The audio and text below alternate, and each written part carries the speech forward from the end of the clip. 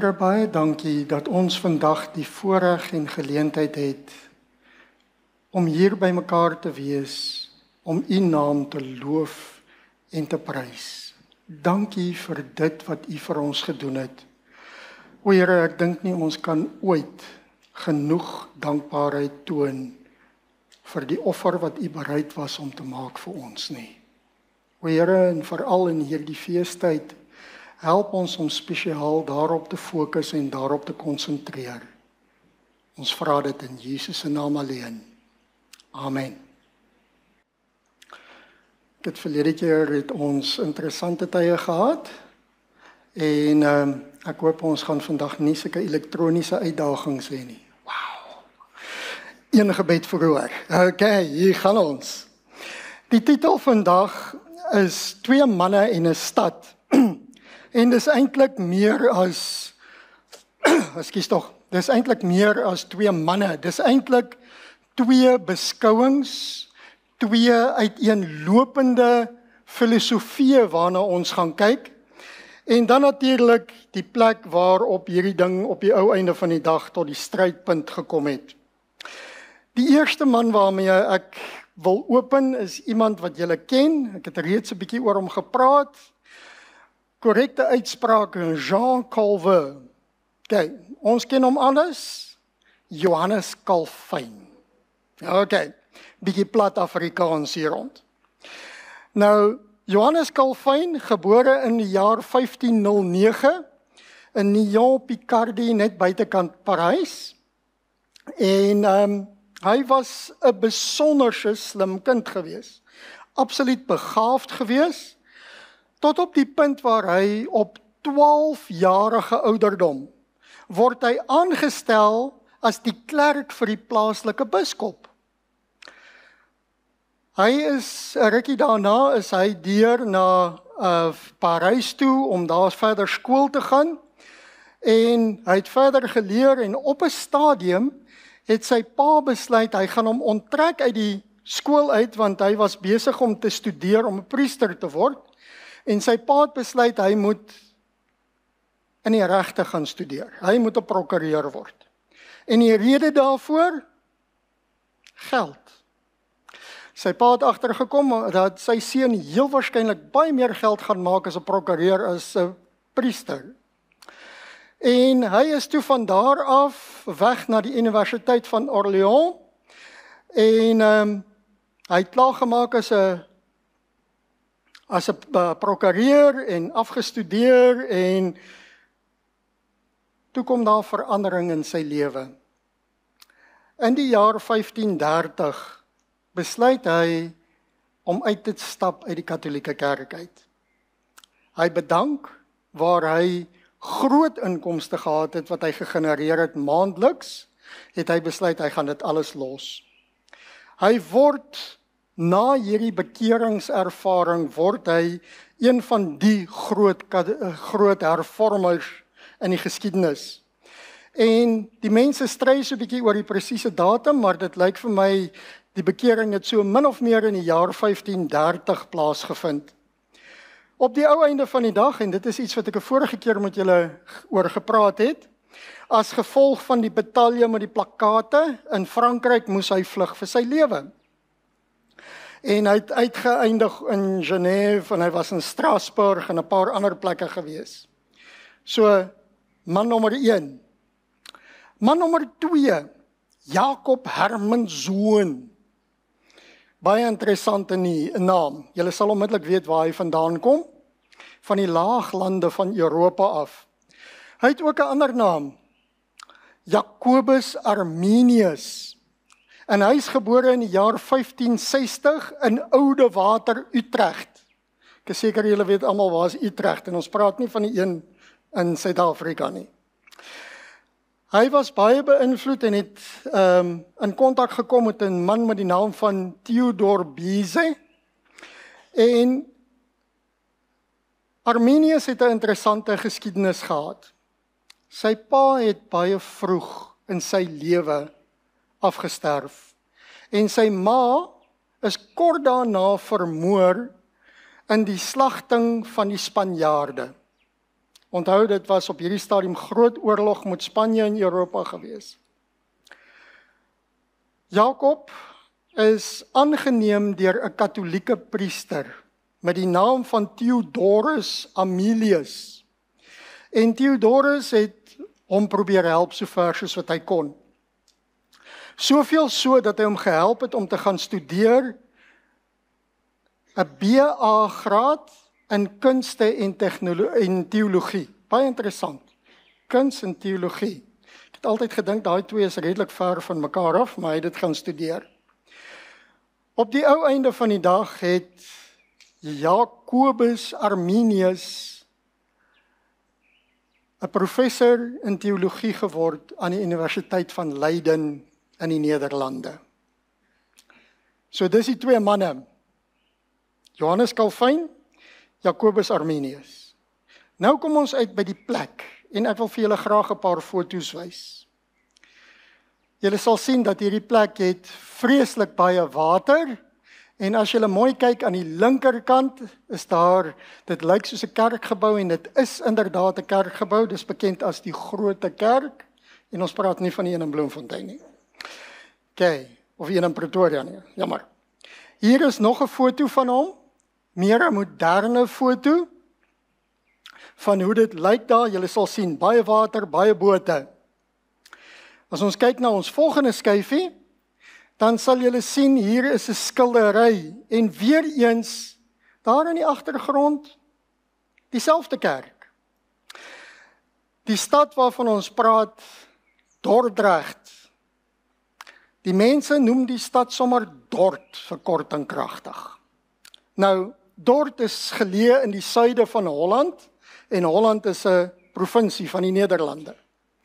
Een van die oudste stede daarso, en hulle is veral bekend gewees vir skeepsbou.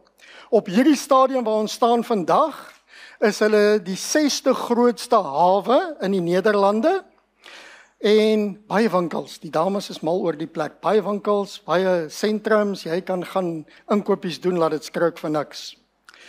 So 'n paar jaar gelede was hulle burgemeester, 'n man met die naam van Arno Brok gewees. Baie kontroversiële man, want hy is openlik met die alfabet sop te doen. Okay. Hy is, soos wat die een chef eendag vir my gesê het, nie baie reguit man wat die reguit paadjie loop nie. Die stad self bestaan uit 27 distrikte of 27 voorstede, en eenmaal per jaar hou hulle 'n karnaval. En hulle noem dit die Ooi en Ramsgat karnaval. Baie interessant.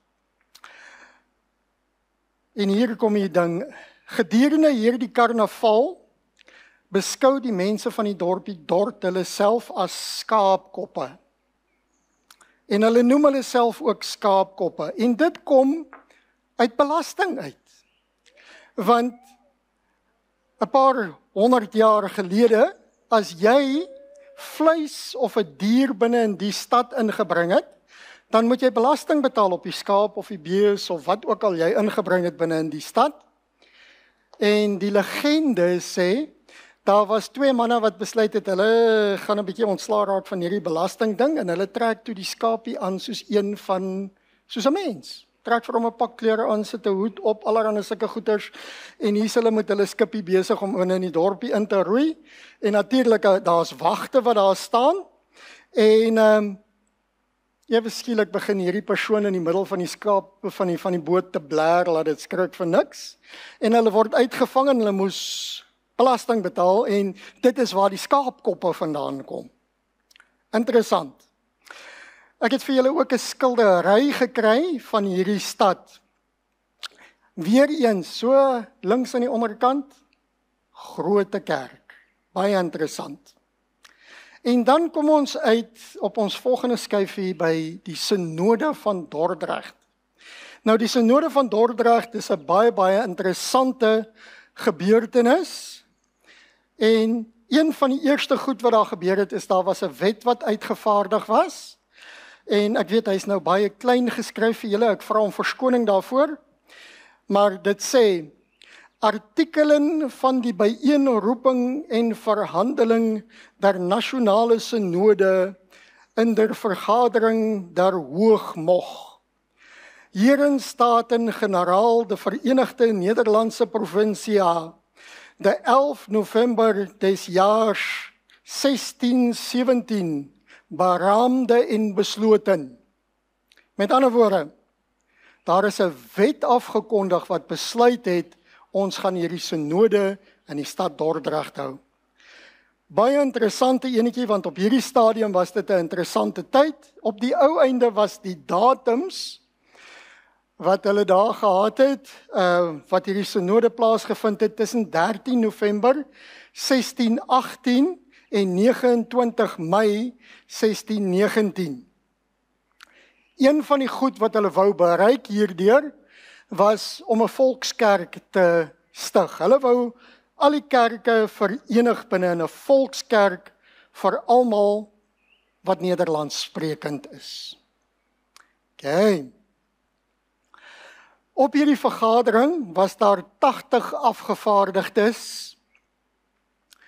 En interessant genoeg, die afgevaardigdes was almal ouderlinge. Die predikante was nie daar nie, predikante moes bly by die hulle gemeentes en hulle moes kyk na hulle gemeentes. Nog iets wat interessant is, alhoewel hierdie ding plaasgevind het in die jaar 1600s, was die voertaal op hierdie vergadering was Latyn gewees. So, alle prosedures het plaasgevind in Latyn, en as jy nie Latyn magtig was nie, het jy 'n klein bietjie van 'n probleem gehad. Op hierdie vergadering, onder hierdie 80 afgevaardigdes, was daar ook 25 uitlanders gewees. Nou, die uitlanders het gekom van die Nederlandse kerke in ander lande, onder andere Engeland, Spanje, en Duitsland, was sommige van hierdie verteenwoordigers wat gestuur is na hierdie vergadering toe. En nog 'n groepie wat interessant is daar was 15 remonstrature. Nou, julle gaan nie weet wat so goed is remonstrature nie, ek gaan dit nou vir julle verduidelik. 15 remonstrature is uitgenooi, hulle sou teenwoordig wees op hierdie vergadering, en op die ou einde van die dag is al 15 van hierdie verteenwoordigers, hulle is genooide mense, al 15 van hulle is gearresteer. 'n Paar van hulle is ook tereggestel. Maar kom ons gaan kyk na die tegniese goed. Die agenda het so 5 of 6 punte gehad, maar daar was 2 belangrike goed wat op hierdie agenda was. Nommer 1, die leerstellings van hierdie remonstrature. Nommer 2 was die Statenbybel, want hulle wou 'n Nederlandse of 'n Hollandse Statenbybel laat publiseer, en hierdie Bybel het 'n baie groot invloed ook op ons geskiedenis hier in Suid-Afrika gehad. Die Statenbybel, baie belangrike dokument vir hulle gewees. Die remonstrature, waar hulle naam vanaf gekry het, is in die jaar 1610 het hulle 'n dokument gepubliseer, bekend as die Remonstrant. En binne in hierdie dokument het al hulle oortuigings waaraan hulle geglo het hulle gedokumenteer. Hulle was ook bekend as die Arminiane of die Remonstrante, en die naam kom van hierdie dokument. En hulle het geglo in die volgende interessante goed. En ek wil hê julle moet mooi luister oor wat hulle geglo het. Hulle het geglo aan voorwaardelike uitverkiesing op grond van geloof, onbeperkte versoening, weerstaanbare genade en die moontlikheid dat jy kan verval uit genade uit. Op hierdie vergadering is hulle verteenwoordig deur 'n man met die naam van Simon Episcopius. Nou, Simon Episcopius het 'n hele plan en 'n strategie opgestel vir homself oor hoe hy hierdie vergadering gaan benader.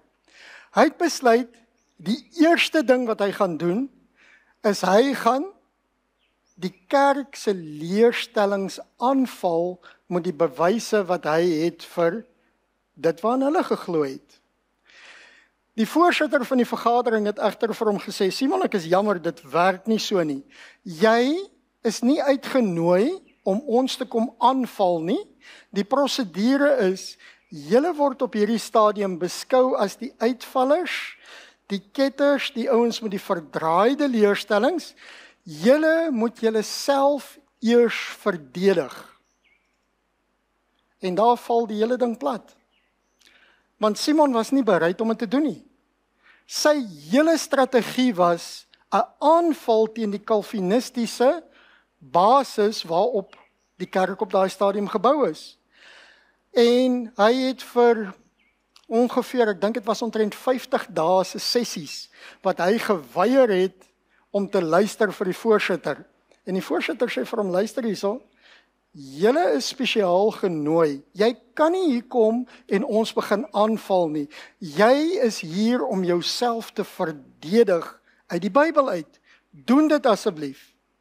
Op die ou einde van die dag, as gevolg van die aandringing van die voorsitter dat hy moet die prosedure volg wat hulle belê het hulle besluit om te onttrek uit hierdie vergadering uit.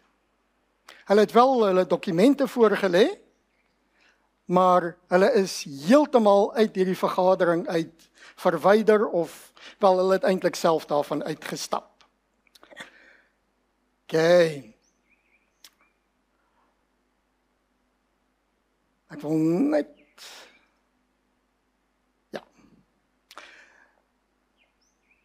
Op die ou einde van die dag het hierdie vergadering die Dordtse kanons opgestel. En hierdie is nogal interessant. Hierdie Dordtse kanonne of kanons het 5 afdelings gehad. En binne in hierdie 5 afdelings het hulle die dwaalings van die remonstratiere verwerp. En hulle het leerstellings bevestig en bespreek en hulle binne in hulle grondwet ingeskryf of in hulle geloofsbelijdenis. Die leerstellings wat bevestig is, en hier raak dinge baie interessant, is predestinasie of uitverkiesing en dat dit niks met jou geloof te doen het nie.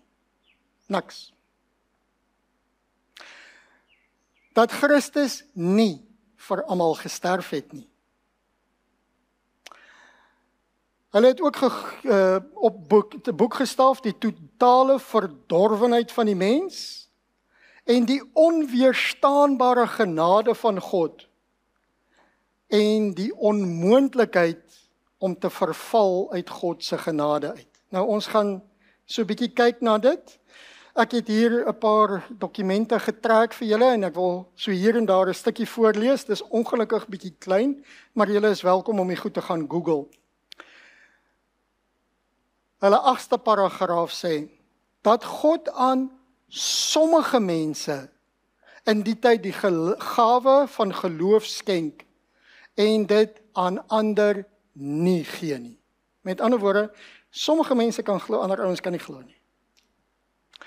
Dat God genadiglik die harte van die uitverkorenes ontvanklik, volgens hierdie besluit maak God die harte van die uitverkorenes ontvanklik. Hoe verhard hulle harte ook al mag wees. Met ander woorde, dit maak nie saak hoe hard of hoe ernstig jy stry nie. Die God gebruik die Heilige Gees om jou te buig na sy wil. Hulle wat egter nie uitverkies is nie, laat hy volgens sy regverdige oordeel in hulle boosheid en verharding bly. Dit is die besluit en die uitverkiesing en verwerping wat in God se woord geopenbaar is. Lees direk uit Dordtse leerstellings, dit is wat hulle sê. Ons volgende enetjie. Hierdie uitverkiesing is 'n onveranderlike voorneme van God. Met ander woorde, God het besluit, jy's gered, jy's verlore. Daarvolgens het hy voor die skepping 'n aantal mense uit die hele menslike geslag uitverkies. So, die Here het gaan sit en het gesê, jy's gered, jy's verlore, jy's gered, jy's verlore. Ons maak jou ook verlore, jy's gered. Okay. Die uitverkorenes is nie beter of waardiger as ander nie. Met daai ene kan ek baie gemaklik saamleef. Hy het dus besluit om aan die uitverkorenes die ware geloof in Christus te gee. Met ander woorde, as jy uitverkies is, gaan jy geloof kry of jy dit wil hê of nie, en dis dit. Nou ons gaan terugkom na sommige van hierdie punte toe. Op die volgende enetjie sê dit vir ons, nie alle mense is uitverkies nie. Om sy geregtigheid te openbaar, het God besluit om hierdie mense, dis nou die verlorenes, aan hulle self oor te laat. En ook oor ander, en ook om ander vir hulle sondes te veroordeel en ewig te straf. Okay. Kom ons doen gou 'n opsomming. Op ons volgende skyfie gaan ons die twee kante teenoor mekaar stel. Die Calvinistiese groei teenoor die remonstratiere. Onthou, die Calviniste, Johannes Calvin, dis waar hulle naam vandaan kry. Hulle sê die volgende, hulle glo in die totale verval van die mens. Met ander woorde, dat die mens so sondig is, dat jy nie eers kan kies om God te dien nie. Jy kan nie eers kies nie. Hulle glo ook aan onvoorwaardelike uitverkiesing. Met ander woorde, dit gaan nie oor meriete nie, dit gaan nie oor geloof nie, dit is suiwer God wat besluit het, jy's gered en jy's verlore, non-debatable. Okay. Hulle glo ook aan beperkte versoening. Met ander woorde, versoening van Jesus is net beskikbaar vir die mense wat God uitverkies het. Net vir hulle, niemand anders nie. Dan onverdringbare genade. Met ander woorde, die Gees, jy kan nie teen die Heilige Gees gaan nie. As die Here besluit het, jy is een van die gereddes, sal die Heilige Gees jou tot redding bring. Maak nie saak wie jy is, waar jy is, die Here het dit vooruit besluit, nie onderhandelbaar nie. Die 5de punt is die volgende enetjie, die volharding van die heiliges. Met ander woorde, as die Here jou gered het en jy's binne in die kerk, as jy eenmal gered is jy gered vir altyd. Jy kan nie verlore gaan nie. En nou wat van die ouens wat nou partykeer uit die kerk uitval en verlore gaan en besluit hulle gaan terug na hulle ou lewe toe. Die standpunt van die Calviniste is, hierdie ouens was nooit regtig bekeerd om mee te begin nie. En interessant, hulle het gebruik 'n afkorting met die naam van tulip. Okay, julle ken almal van tulip, is 'n blommetjie, 'n tulp. Bekend daarvoor, hy kom uit die Nederlande uit. En tulip staan vir T, is total depravity. Die eerste een, met ander woorde totale verval. Die U, unconditional election. Okay? Onvoorwaardelike uitverkiesing. Die L, beperkte genade, limited atonement. Die I, irresistible grace. Met ander woorde, as die Here met jou werk, jy het nie 'n keuse of 'n sê daarin nie. Perseverance is waar die P vandaan kom. So dit was die kerk, die Calvinistiese kerk op daai vergadering se siening. Hulle was die mense wat die vergadering byeengeroep het. Die remonstratiere het die volgende geglo. Iets wat baie interessant was toe ek deur hierdie lysie gewerk het. As jy kyk na onverdringbare genade, dat die Gees nie weerstaan word nie. Die eerste ding wat by my opgekom het is, wat dan van sonde teen die Heilige Gees? En ek wil dit by julle laat. Dink daaroor. Die demonstrateure het geglo dat jy niks kan doen om jou saligheid te verdien nie. Jy kan nie deur goeie werke, deur Sabbat te hou, deur enigiets, jy kan nie gered word deur jou werke nie, maar jy het 'n vrye keuse. Jy kan kies om 'n gelowige te word, al dan nie. Nog iets wat hulle sê, 'n redding is slegs deur God se genade en dit is totaal en al onverdiend. Nie een van ons verdien dit om gered te word nie. Nog iets waaraan hulle geglo het. Jou werke dra nie by tot jou saligheid nie. Met ander woorde, jy kan nie deur boetedoening, deur mense te help, deur offergawes, deur enige iets, jy kan nie saligheid verdien nie. Nog iets. Jy word uitgekies en hulle glo aan uitverkiesing, maar hulle glo aan uitverkiesing op grond van jou geloof in Jesus. Met ander woorde, omdat jy glo in Jesus, word jy uitverkies om 'n kind van die Here te wees. Hulle glo ook dat Jesus se offer is vir alle mense. Hulle het ook gesê dat God laat jou toe om teen hom te besluit. Jy kan besluit, ek wil niks met God en godsdienst te doen hê nie, dit is jou keuse. Die laaste ding wat hulle in geglo het was, dat gelowiges kan sonde weerstaan. Met ander woorde, jy kan afkeer van sonde, en jy kan val uit genade uit. En een van die probleme wat hulle gehad het was, onbeleide sonde. Met ander woorde, as jy sonde nie bely het nie, word jy daarvoor verantwoordelik gehou. Okay, weer kom terug na die Heilige Gees toe, maar dis iets anderster. Dan gaan ons so vinnig, ek wil hê ons moet so vinnig gesels oor Bybelstudie. Net om vir ons 'n paar beginsels in die hande te kry, en wat baie interessant is ek het die afgelope, ek dink dit was so 'n week gelede, het ek 'n vreeslike interessante dokument in die hande gekry, en die dokument is opgestel deur 'n ou met die naam van William Miller. En William Miller het sekere beginsels gestel oor hoe 'n mens die Bybel moet lees en bestudeer. Nou, ek gaan net so vlugtig raak aan 'n paar punte, en dit is, nommer 1, maak seker dat jy jou tekste korrek lees. Ons is baie keer geneig om te vinnige ding te lees, en dan dink jy sien iets raak, en op die ou einde van die dag, as jy mooi gaan kyk en mooi gaan lees, dan kom jy agter, maar dalk is daar bietjie meer as dit agter hierdie ding. Dan, kyk na die konstruksie van die teks. Kyk na hoe die teks geskryf is. 'n ander goeie ding is, gaan lees daai selfde teks, gaan lees hom in ander vertalings ook.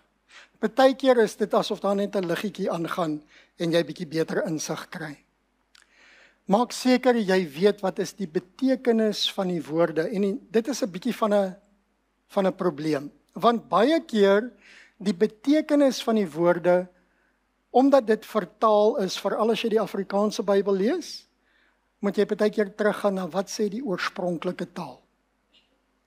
Onthou, Ou Testament, Hebreëus geskryf, groot stukke in Aramees, Nuwe Testament, Grieks. Ons moet gaan kyk, veral in hierdie onderwerp waarna ons vandag kyk, daar's 'n verskil tussen voorkennis en voorafbepaling.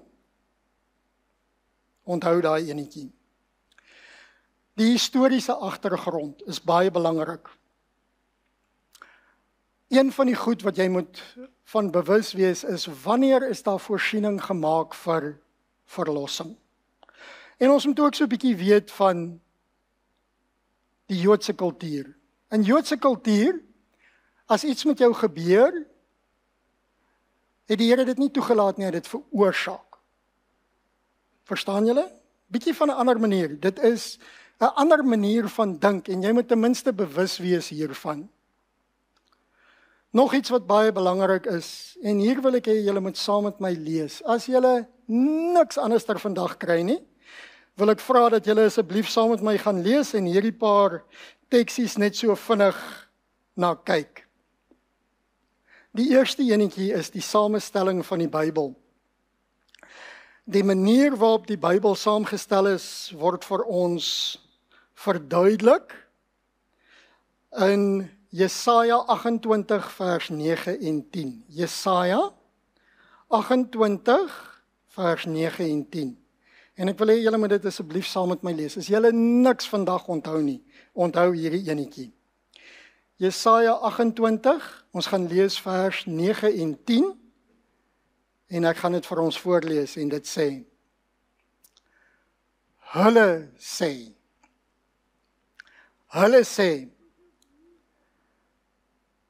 vir wie wil Jesaja leer?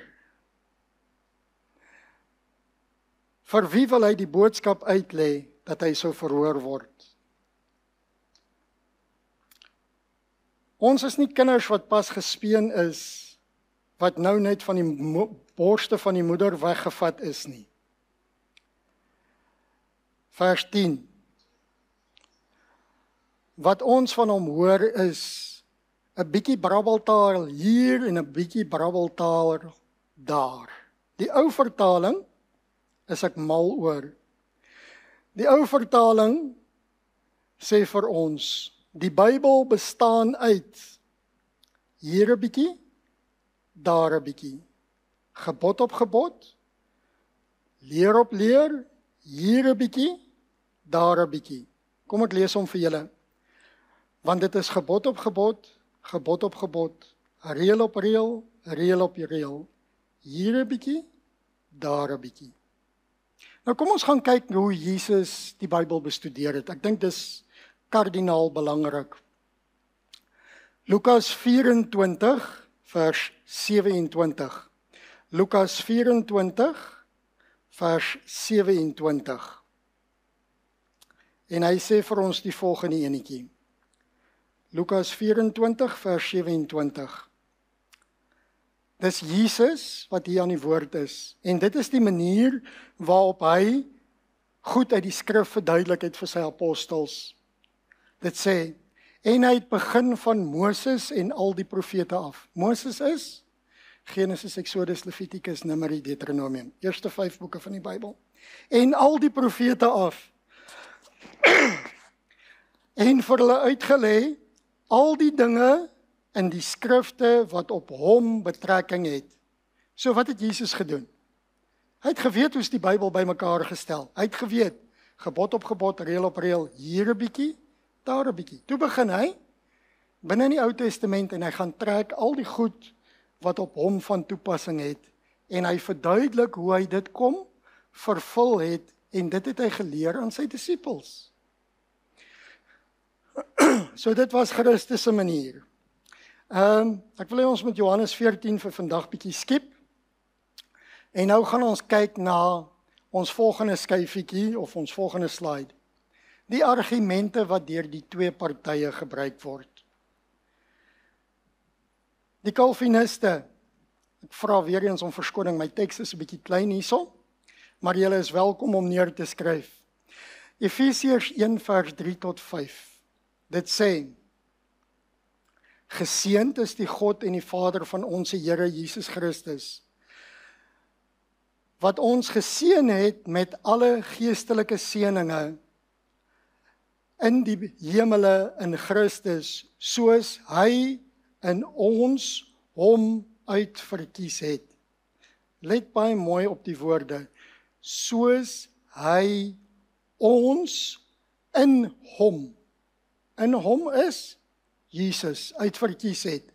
Voor die grondlegging van die wêreld om heilig en sonder gebrek voor hom in liefde te wees, deurdat hy ons voorbeskik het, vooruitbesluit het, ons voorbeskik het, om ons as sy kinders vir homself aan te neem deur Jesus Christus, na die welbehae van sy wil. Volgende teksie, Matteus 22:14. Want baie is geroep, maar min uitverkies. Nog 'n teksie, Jeremia 1 vers 3. Voordat ek jou in die moederskoot gevorm het, het ek jou geken, en voordat jy uit die liggaam voortgekom het, het ek jou geheilig. Ek het jou tot 'n profeet vir die nasies gemaak. So Jeremia, en ons moet weer eens kyk na jou konteks. Jeremia, die Here het 'n pad met hom gehad. Hy het hom gekies vir 'n spesifieke job. Ons kry dit op 'n hele paar plekke in die Bybel. Is Moses gekies as die leier van die volk? Ja. Is Dawid gekies as koning? Ja. Vir 'n spesifieke taak is hulle uitgekies. Onthou net die konteks, baie belangrik. Dan Romeine 8 vers 28 tot 30. En ons weet dat vir hulle wat God liefhet, alles ten goeie meewerk. Vir hulle wat na sy voornemens geroep is. Want die wat hy van tevore gekies het, die het hy ook van tevore verordineer of uitverkies of gepredestineer. OK? Om gelykvormig te wees aan die beeld van sy seun. Let op hierdie enetjie. Waarvoor is hulle uitgekies? Om gelykvormig te wees aan die beeld van sy seun. Met ander woorde, ons moet Christus se karakter vertoon aan die mense waarmee ons in kontak kom. Sodat hy die eersgeborene kan wees onder baie broeders, en vir die wat hy van tevore verordineer het, het hy ook geroep, en vir die wat hy geroep het, het hy hulle ook regverdig, en vir die wat hy regverdig het, die het hy ook verheerlik. Nou die verheerliking het nog nie plaasgevind nie, maar julle kry die idee. So, geroep, geregverdig, en op die ou einde verheerliking. Die laaste teks wat baie belangrik is vir die Calviniste is hierdie enetjie. Want waarlik, Herodes en Pontius Pilatus het saam met heidene en die volke van Israel vergader teen u heilige kind Jesus wat u gesalf het, om alles te doen wat u hand en u raad vooruit bepaal het om plaas te vind. Groot argumente, lees die teks baie mooi en maak seker die konteks is reg. Die remonstrateure sê die volgende enetjie. Nou, die remonstrateure se argument is baie eenvoudig. Hy sê, wie het God uitverkies? En die antwoord is, almal op planeet Aarde. Almal op planeet Aarde is uitverkies. Hulle groot argument is, ons skriftuurlesing vir vandag. Johannes 3 vers 16. Want so lief het God die wêreld gehad, dat hy sy eniggebore seun gegee het, sodat elkeen wat in hom glo, nie verlore mag gaan nie, maar die ewige lewe kan hê. Elkeen wat in hom glo, of net vir die wat die Here die gawe van geloof gegee het. Dink daaroor. Deuteronomium 30 vers 39, hierdie is, een van ons broers het 'n briljante preek oor hierdie gelewer, al 'n paar jaar gelede. Moses, ek neem vandag die hemel en die aarde as getuies teen julle, dis spesifiek die kinders van Israel. Die lewe en die dood, die seën en die vloek het ek jou voorgehou. En wat sê hy vir hulle? Kies dan die lewe. Wie kies? God of die mens? Die mens kies. Kies dan die lewe dat jy kan lewe, jy en jou nageslag. Nog 'n teks wat vreeslik interessant is. Jesegiel 18 vers 32, dit sê, want ek het, dis die Here se woorde hier, ek het geen behaag in die dood van hom wat sterwe nie, spreek die Here. Bekeer julle dan en lewe. Wie doen die keuse? Die mense. Bekeer julle dan. Jy moet kies om bekeer te word. Markus 16 vers 16. Maar hy wat glo en hom laat doop sal gered word, maar hy wat nie glo nie sal veroordeel word. Let wel, daar's 'n verskil tussen veroordeel en geoordeel. Dis nie dieselfde ding nie. Hy wat glo. Nog enetjie. Romeine 10 vers 9. As jy met jou mond die Here Jesus bely en met jou hart glo dat die Here God hom uit die dode opgewek het, sal jy gered word. En hierdie was die twee stelle skrifture waaroor daar op hierdie vergadering gedebatteer was vir iets soos 174 sessies wat hulle gedebatteer het oor hierdie tekste wat ek sopas vir julle gegee het. Maar ek wil dit vandag 'n bietjie verder vat. En ek wil vra dat julle saam met my gaan lees. En hierdie tekste is ongelooflik belangrik. Dis nou wat ek opgetel het. 1 Timoteus, hoofstuk 2, vers 3 en 4. En ek wil hê julle moet mooi luister na die woorde. Dit sê, want dit is goed en aangenaam voor God ons verlosser, wat wil hê dat alle mense gered word. Wie wil die Here red? Alle mense. En tot kennis van die waarheid kom. So die Here wil dat alle mense gered word. Ons volgende teksie, 2 Petrus 3 vers 9. 2 Petrus 3 vers 9. En hy lees as volg. Ek dink julle ken hierdie teks baie goed. Die Here vertraag nie die belofte so sommige dit vertraging ag nie. En hierdie belofte is die belofte van die wederkoms. Maar hy is lankmoedig oor ons, en wil nie hê dat sommige moet verlore gaan nie, maar dat almal tot bekering moet kom. Wie wil hy red? Almal moet tot bekering kom. Ons volgende teksie, Jesegiel 33 vers 11. Ons het reeds in Jesegiel 33 gelees, maar ek wil vir julle hierdie enetjie bysit. Jesegiel 33:11 sê die volgende. Sê vir hulle, so waar as ek leef, spreek die Here gewis. Ek het geen behaag in die dood van die goddelose nie, maar daarin dat die goddelose hom bekeer van sy weg en lewe. En hierdie is woorde wat van die Here afkom. Hy sê, bekeer julle van julle verkeerde weë. Waarom wil julle sterwe, o huis van Israel? Bekeer julle. Wie maak die keuse, God of die mens? Maar God wil hê dat hulle self moet bekeer. Handelinge 10 vers 34 en 35. Handelinge 10 vers 34 en 35.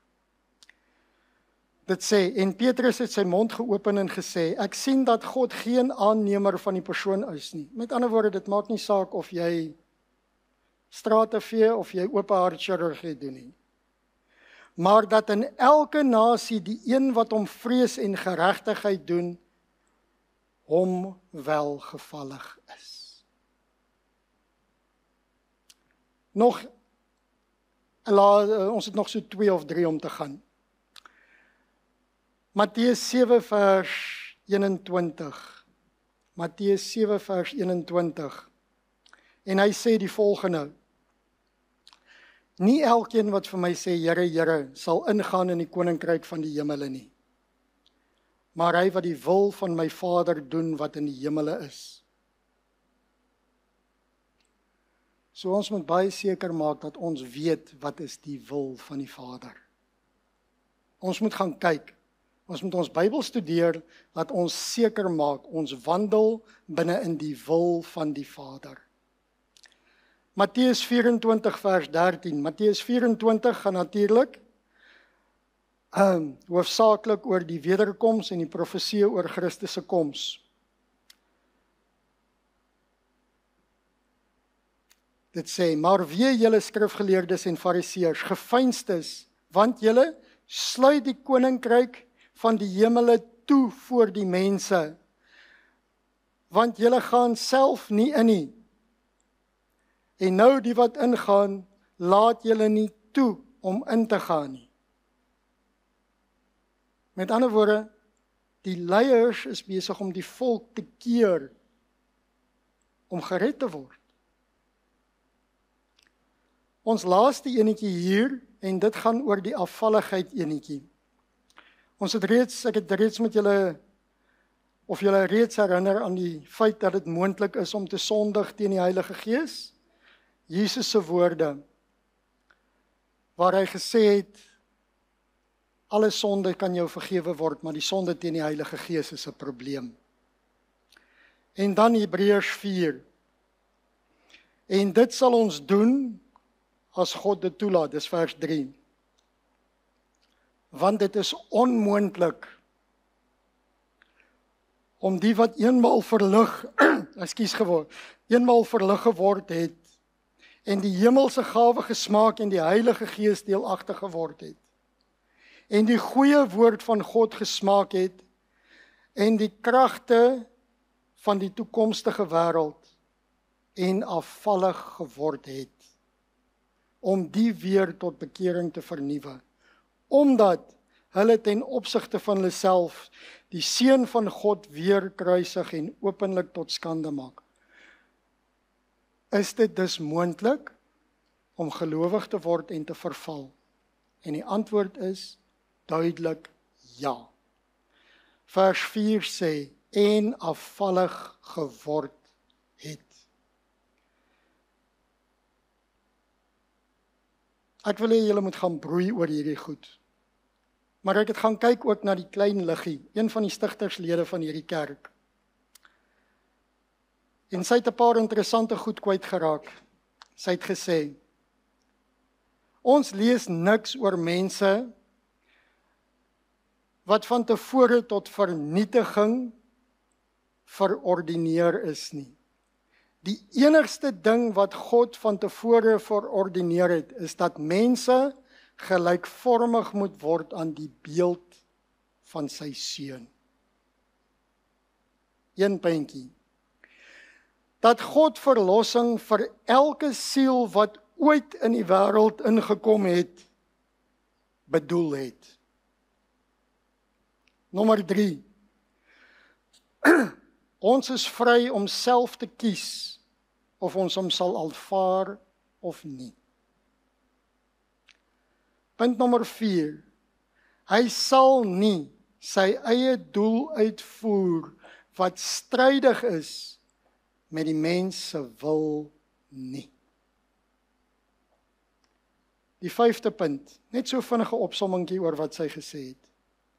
Daarom stel hy die lewe en die dood, goed en kwaad, voor die mens en sê vir hom om te kies wat hy wil hê. God weet wat die beste is en hy het dit vir elke mens gekies en voorberei. Die Here wil vir ons net die beste hê. En van dit wat ek gelees het, forceer die Here jou nie. En hier wil ek vir julle iets baie persoonliks deel. Ek het jare gelede vir die Here gesê, Here, ek kies vandag om vir jou te staan. My grootste gebed is, help my en maak hierdie keuse ewig en permanent in my lewe, dat ek vir jou kan staan, vir jou kan vestig. en kan vas staan om deur te druk tot die einde toe. En later in my lewe het ek begin besef, daardie gebed moet jy elke dag bid. Want die Here gaan jou nie forceer en sal jou nie binne in 'n blokkie sit. Jy moet elke dag tot bekering kom, elke dag jou toewy tot die Here, elke dag daai besluit maak, elke dag tot bekering kom. Die Here sal jou nooit jou vryheid van keuse ontneem nie. Of dit vir hom is en of dit teen hom is. Jy moet elke dag daai besluit neem.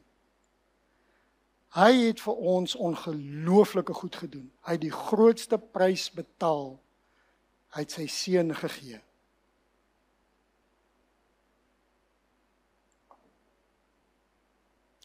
En ek wil vra dat julle so 'n bietjie gaan huiswerk doen en dink en besluit.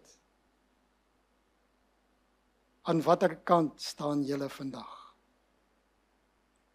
Staan julle by die Calvinistiese kant? Of staan jy by die remonstrateure? Ek weet aan watter kant ek staan. Maar elkeen van ons moet daai besluit gaan maak. Want dit het baie te doen met jou siening van God. Is hy 'n God van liefde en 'n God van vryheid? Kon hy dit onmoontlik gemaak het vir die Satan om te sondig? Natuurlik ja. Sou Satan dan 'n individu gewees het met vrye keuse, ja of nee? En ons sit vandag in presies dieselfde bootjie. Hoe is jou beskouing van ons Vader en van Jesus? Amen. Kom ons buig die hoofde. O Here, ons kan nie vir U sê dankie op enige manier wat kan toon hoe dankbaar ons is vir dit wat U vir ons gedoen het nie. O Here, U is die redder. U is die een wat vir ons as middelaar optree. U is die een wat roep en roep na ons. O Here, en ons vra, wil U asseblief ons harte van klip wegneem en ons 'n hart van vlees gee, sodat ons daardie liefde wat U aan ons betoon het, laat ons dit kan waardeer, laat ons dit kan aangryp en laat ons kan wandel in U weë soos wat U wil hê ons moet. Want dit is daar omdat U vir ons lief is, omdat U weet wat die alternatiewe is en omdat U ons wil beskerm teen die gevare van die Satan wat loop soos 'n brullende leeu. O Here, mag hierdie dag vir ons dag van louter vreugde wees, sodat ons onsself weer 'n keer opnuut aan U kan toewy. Ons vra dit in Jesus se naam alleen. Amen.